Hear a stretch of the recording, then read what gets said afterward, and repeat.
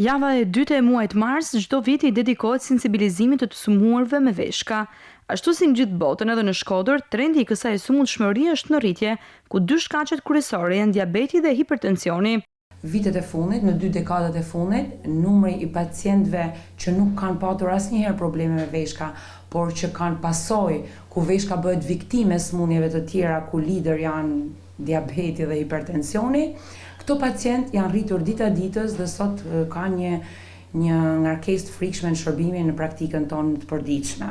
Nëse 2 dekada më parë ky shërbim nisi me trajtim periodik të 2 pacientëve, sot numëron mbi 90 të tillë. Shërbimi jonë në Shkodër, që është një shërbim me standarde bashkëkohore, ka startu punën me 2 pacientë në vitin 2004, sot pas 20 viteve numërohen 90 pacienta.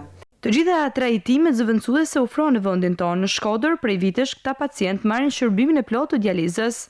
Ne ofrojmë të gjitha terapitë renale zëvendësuese. Ne kemi edhe pacient mbi 85 vjeç në dializë që trajtohen standard. Është një trajtim standard 3 herë në javë nga 4 orë. Këshillat e bluzave të bardha vijnë të jenë mbajtje nën kontroll e peshës trupore, aktiviteti fizik, ushqyerje mirë dhe konsumim në sasi të mëdha të ujit, po ashtu kryerja të check-upit si mundësia më e mirë e zbulimit të hershëm të anomalive në veshka.